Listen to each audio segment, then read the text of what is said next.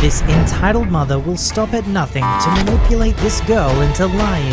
What evil scheme is she planning, and can she be stopped? Happy birthday if today's your birthday, and on with the revamped show. I was mostly responsible for managing the costs of projects within a construction program, which, long story short, was refurbishing a major bank's branch buildings. I had worked on this program for almost 10 years, and so when a competitor won the new program contract, I was headhunted by them for my expertise with that particular client. The pay increase was significant, and as part of the job offer, I was told that due to the local office being more than 1 hour commute away, that I would have the option to work from home when I was not required for meetings, etc. So this move happened in July 2017, and the first 6 months were uneventful, carried on during the role I had been doing for almost a decade. Come January 2018, I was given a promotion so that I was now not only responsible for individual projects, but for managing the whole program with a team of 5 people. Let's just say that this team of 5 were undertrained by the previous management. This team was also based out of different locations to ensure national coverage, meaning that the majority of my interactions with my team was over Skype or phone. And if I wanted to spend face-to-face time with them, I had to travel somewhere between 2 and 3 hours one way, but I tried to be efficient with my time and used it by traveling by train and continuing to work on my laptop. This will be important later, but happy to be moving further up the ladder. I decided not to make too much of a deal out of the fact I would not be getting a pay rise with this change in roles, and my logic being, I'll let my results speak for themselves, then they'll have to recognize what I've done for them. Over the next couple of months, doing 70 to 80 hour weeks, my contract stated I was required to complete 40, but I didn't mind the extra time, as I again wanted to show them they had made the right choice by giving me the promotion. And with plenty of time spent training up the team further, we were finally getting somewhere, and after a particular successful presentation to the client, for which I was actually given a performance bonus for, everything started to go downhill. The meeting I mentioned took place on a Friday, and the following week, my manager, let's call her Allison, was due to be on holiday for a week. Whilst she was off, she had asked that if her boss contacted me, could I drop everything and assist with his request. I said I would and went home for the weekend. The following week, I never heard from her boss. Cue Monday morning of that following week. I was working from home that day and booted up my laptop and almost instantly got a Skype message from Allison requesting that I have a meeting with her at her office, approximately 2 hours away from where I live. The next day, I thought nothing of it as I spent at least 1 a week at the office with a member of my team, as mentioned above.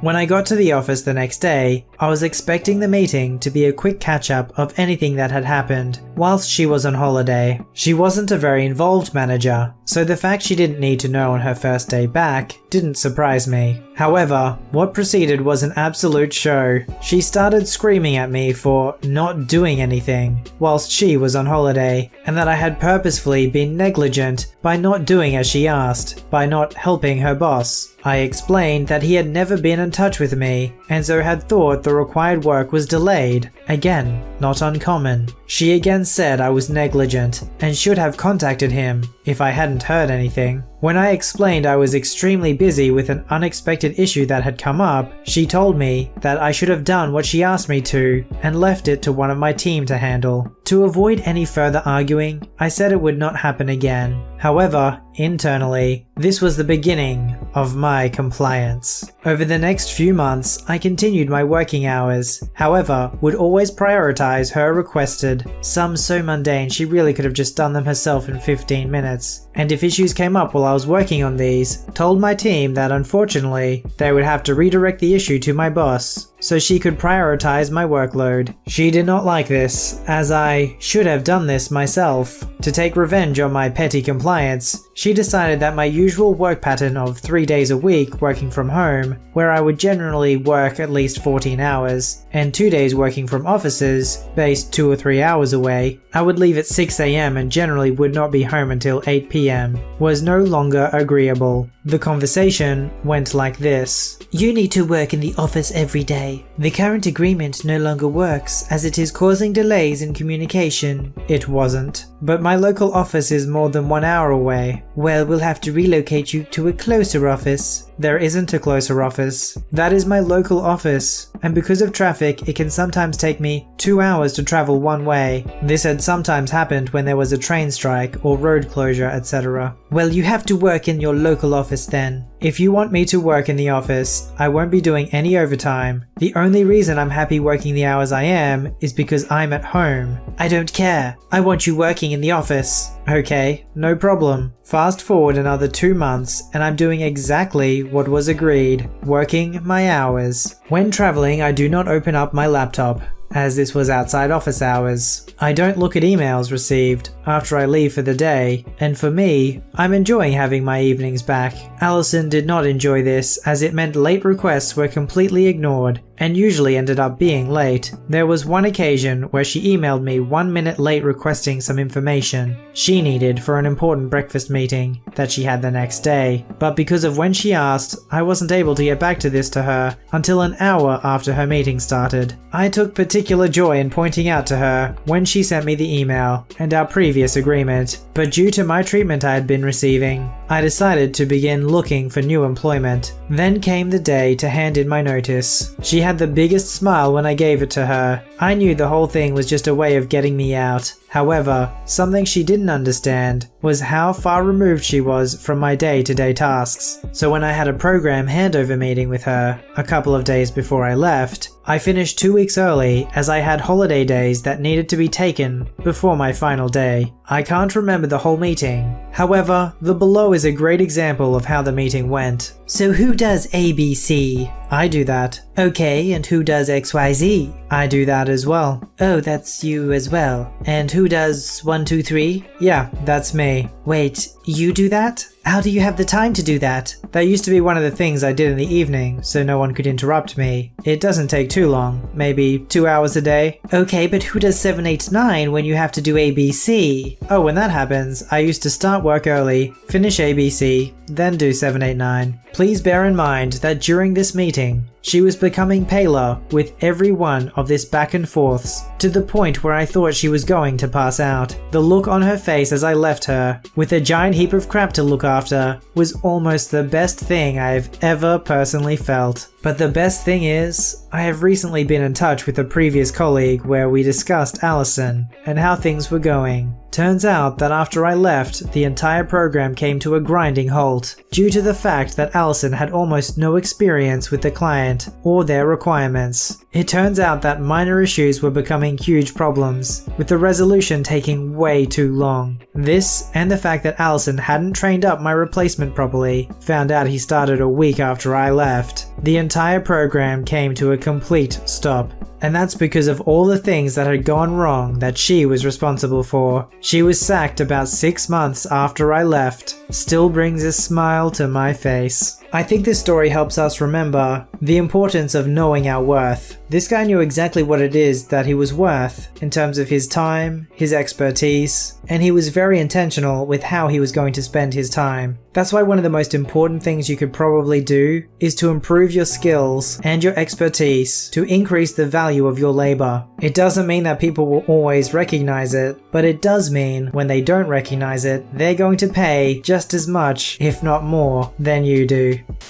I, 13 female at the time, was on holiday in France with my family and a friend of mine who was the same age as me. We had managed to make some friends whilst we were there, and there was a water park with slides inside the resort which we played in every day. I was a good child. I never really pushed the boundaries and was respectful of rules and waiting my turn, and my parents knew this. This plays a major part in the story. Myself and my friends had been playing on the water slides one day. 3 of the slides, including climbing up a tower and queuing down the stairs until it was your turn to go. So we all queued up along the stairs, and eventually we got to have a turn down the big slides. Once we had had all our turns, we went over to my parents, who had been sunbathing on some nearby sun lounges. Just as we had reached them, a cold, wet hand slapped down on my right shoulder from behind and spun me around. Next thing I knew, I was staring at a very ticked off lady and her young son next to her, screaming at me. She accused me of dragging her son down the stairs of the water slides so I could push in at the front of the queue, and apparently I had done this a number of times. I denied it. My friends who I was with the whole time denied it, but she wasn't having any of it. She was not willing to listen.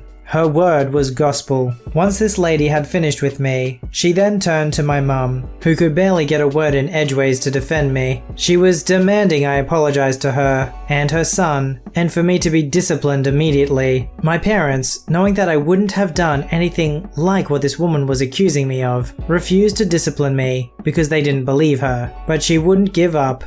And this woman was going on and on and on, her voice getting even louder than when it started off. She was making a scene. Mum gave me this look. I never saw this look before, and I've never seen it again. But there was no misunderstanding between myself and my mother in that moment. I turned to this lady, looked her square in the face and said, "I'm really sorry that you're a compulsive liar." And then I turned to her young son and said, "I'm sorry that your mum thinks it's okay to bully children." Her mouth hit the floor. She made this goldfish facial expression for a few seconds and then stormed off, while sticking a finger up at us. I caught her later to be what I'm assuming was complaining about us to a lifeguard, but he wasn't interested. Nothing ever came of it. Now, unless you see something like this happen, why would you spend so much time bothering to get an apology out of someone over something that can't be changed? Obviously, you've got the wrong person. And if they're the kind of person that's not going to apologize and they're going to make this much of a big deal out of it, even when they're called out, it's probably not worth bothering. The problem is when you falsely accuse somebody of something, then the real perpetrator is out there getting away with it. But sometimes people don't care about true justice for everyone, just justice for them.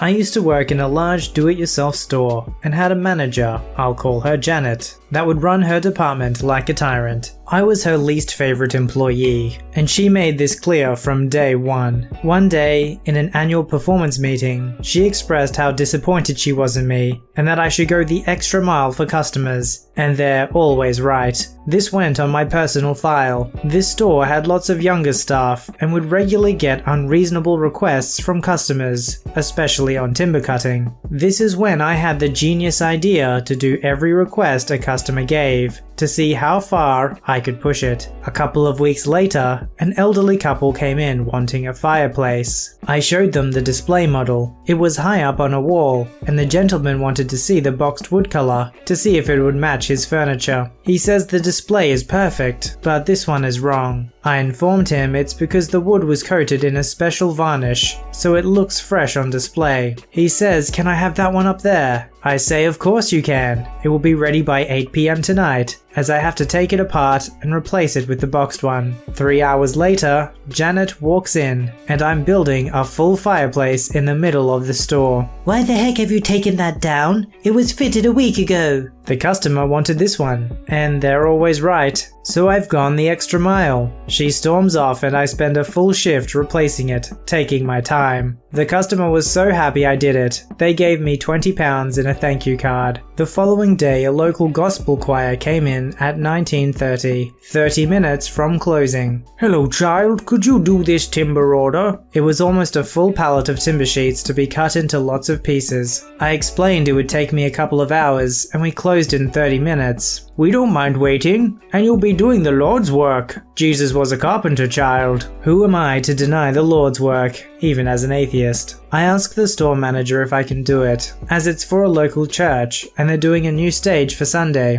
Store manager says yes. "Please stay late, and Janet can stay late too to lock up after you, and I'll lock the rest of the store. Just get them to pay before we close." Janet was annoyed. She was meant to go out to a party, but the choir was so happy they were singing gospel songs with my name in it for 3 hours. When I was done, I loaded the van and they hugged me. A very nice review was later posted online, and my store manager was happy. Not Janet. She tried to give me a written warning for making her late, and I refused to sign it. And I said the customer was right, so I was right. The store manager was informed of my refusal to sign, and he went mental at Janet for giving me a warning. He said she was undermining his authority, and he told me to do it, and she was giving me petty warnings for nothing. My previous warnings by Janet were removed. Janet got a serious talking to and a warning. I still did the occasional unreasonable request for customers, if it would kill some time, or was for a good cause, like building a full rabbit hutch out of scrap wood for a single dad and his little girl and charging £1 for it, as we decided the price for offcut wood. Most importantly, Janet learned to be careful what she pulled staff up on, and left me alone. Freaking Janet, man. The funny thing is, he was doing malicious compliance, and in the end Janet was almost a little bit right. By doing everything the customer wanted, they were so happy that it even made the boss happy. But I guess it was a win-win, because Janet ended up being unhappy. Submit your story to be read on the channel at voiceyherestories@gmail.com and join our Voicey veteran community at r/VoiceyHere. Don't forget to like, subscribe, and hit that bell to never miss an episode. Alright Voicey veterans, I'll see you in the next one.